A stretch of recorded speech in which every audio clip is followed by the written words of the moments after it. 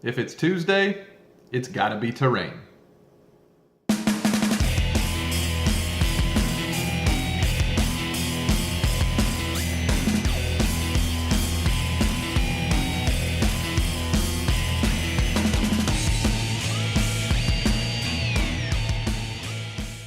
Hey guys, Wes from Broken Brush Gaming here, and this week we started work on the Promethium Relay Pipes from Games Workshop. It's a really great terrain kit, it goes together really easy, and it gives you a nice bit of scatter to kind of break up your board and give your miniatures some space to hide behind. I kind of wanted to go over how I got to this stage with the base coats and what colors I'm using to do that.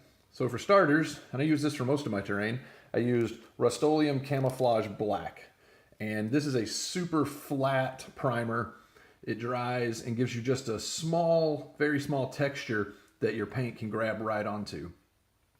To get the really dark brown or dark red, light brown kind of color on the pipes, I used Mephiston Red and watered it down quite a bit and shot it through the airbrush. Really took time slowly building up the layers so that I didn't get a really bright red, but got this really dark kind of almost brown as the black is still really showing through with the red just over it as kind of a translucent layer. After that, I did all the metallics up in Scale 75's black metal.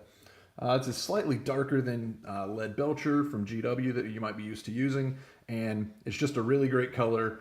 I can't wait to see what it's going to look like, really washed down, getting really dingy and dirty. For all of the little Aquillas and Eagles all over the place, we used good old Balthazar Gold.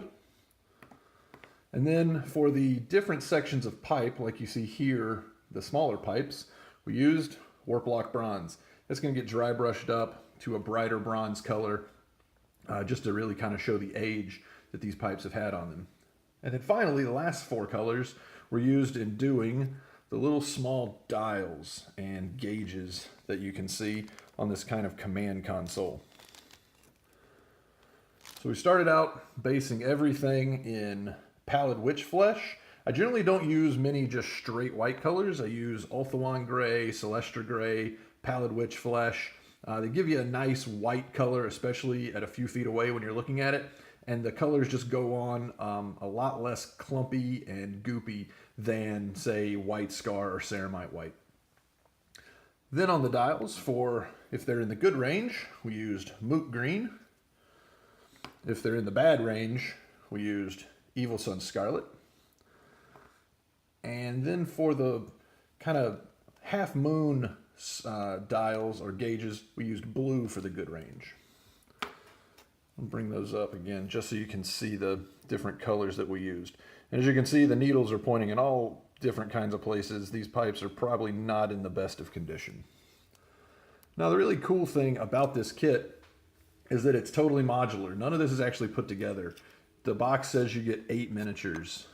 And as you can see, you do get indeed 8 separate pieces that you can kind of mix and match on your board however you see fit.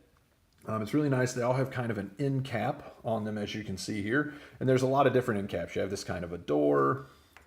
Then you have one like this that's sort of a fan. And then you have one other one. Let's see if we can find one. There we go. That's kind of a grate or a filter that the Promethium might flow through. And you can glue these together, I suppose, in any kind of static configuration that you want to do. But I really like the idea of leaving it as 8 separate pieces. I'm probably going to get a couple more of these kits.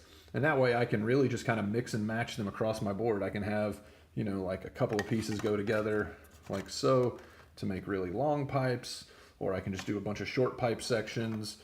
Some of these kind of terminus pieces like this one that goes into the ground. I wish they gave you one more of the bends. They only give you one bend and 2 of these kind of broken ones here, which the broken ones are really neat, but just for adding some character and some, you know, these pipes are not in the best of condition. But a couple of extra bends would have been really nice in the kit just to, you know, allow you to really make a nice long snaking pipe kind of all over your board. The next step is going to be to really wash them down pretty heavy with some Agrax Earthshade and some Nuln Oil, just to really kind of bring out a bit of the texture and just to darken them up and muddy them up. I'll probably also throw some Typhus Corrosion on some of the grates and things like that, just to really make it look like they're nice and nasty. And then the other thing that I think I'm going to try too is on these broken bits out of the end, try and use some water effects with some color in them. Got to figure out what color Promethium is. I assume it's kind of like gasoline, so maybe it doesn't have much of a color, but probably going to use, maybe put some red or some orange in it, because I figure Promethium makes fire, so it's probably got a fire color to it. Have that look like it's kind of, you know, dripping out of those sections that are busted open. So that's where we're at this week. Next week we should be able to see this set of pipes done with just some washes and some dry brushes, and maybe a little bit of playing around with some water effects to see if we can get some Promethium dripping out of those broken parts. I really recommend picking up this kit. Like I said, it's fun to put together. It's fun to work with. You can kind of use whatever colors you want. I chose to do the red, so it'll kind of match my Shadow War Armageddon terrain, which I'm doing up. The big panels in that are going to be red as well. So, you know, that's where I decided to go with it. But like I said, highly recommend this kit. Looks great on the table, fun to paint up, and really quite simple to paint up too. Doesn't take much time. So I hope you guys enjoyed this video. Enjoyed seeing the Promethium Relay Pipes. And if you did, give us a like and throw us a sub on the channel. And as always, we'll see you in the next video.